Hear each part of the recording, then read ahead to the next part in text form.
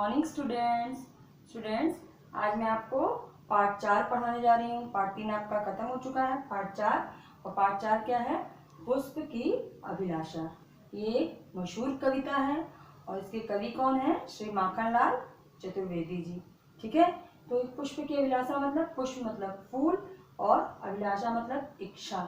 तो आज इस कविता में बताया गया है कि फूल की क्या इच्छा है, कवि ने क्या फूल की जो फूल है वो अपनी क्या इच्छा है वो बताना चाहता है। चलिए आपकी किताब को पढ़ते हैं और देखते हैं। बच्चों आइए आपकी कविता पढ़ते हैं। कविता क्या थी आपकी? पुष्प की अभिलाषा। पुष्प मतलब क्या होता है बच्चों? पुष्प मतलब फूल, अभिलाषा मतलब चाहत या इच्छा। तो फूल की क्या चाहत है इस कविता में श्री माखनलाल चतुर्वेदी जी बताना चाहते हैं।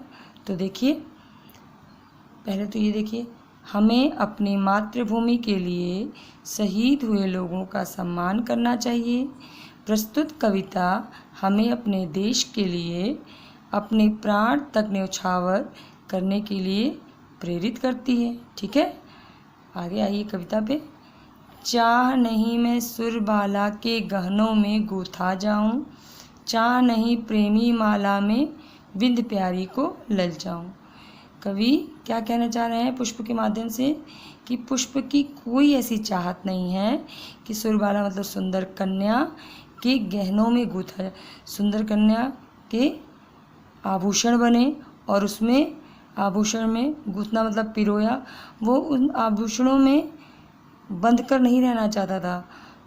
चाह नहीं प्रेमी माला में बिंद प्यारी को ललचाऊं, और उसकी कोई चाह नहीं थी पुष्प की कि वह प्रेमी माला मतलब कोई भी माला, वर माला या किसी प्रकार के माला बने वो और किसी को अपनी सुंदरता से वो ललचाए। उसकी कोई भी पुष्प की ऐसी इच्छा नहीं थी बच्चों कि वो सुंदर कन्याओं के आभूषण बने या फिर वह कोई भी माला बन के किसी को वो करे, ललचाए। चाह नहीं सम्राटों के सौ पर हे हरि डाला जाऊं। हरि मतलब भगवान, भगवान से विनती करता है कि हे प्रभु, मेरी कोई चाहत नहीं है कि मैं सम्राटों मतलब राजा के शव मतलब क्या होता है बच्चों? जब आदमी मृत शरीर हो जाता है तो क्या होता है?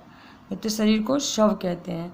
और राजाओं के शवों पे बहुत से फूल मालाएं चढ़ती हैं, तो उसकी कोई इच्छा नहीं। वो भगवान से प्रार्थना करता है कि प्रभु मेरी कोई इच्छा नहीं है कि मैं सम्राटों के शव पर डाला जाऊं। चाह नहीं मैं देवों के सिर पर चढ़ूं, भाग्य पर उठलाऊं, और उसकी ऐसी कोई चाहत नहीं है।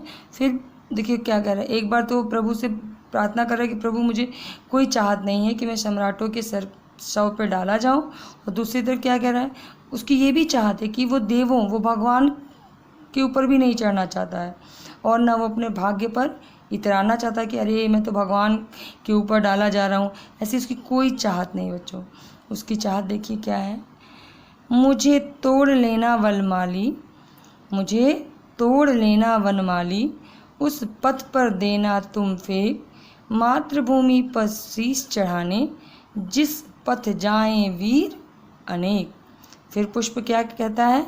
पुष्प कहता है वनमाली से कि मुझे तुम तोड़ लेना वनमाली और उस रास्ते पर फेंक देना जिस रास्ते से हमारे सैनिक मातृभूमि की रक्षा करने के लिए जाते हैं और अपने जीवन को न्यौछावर कर देते हैं।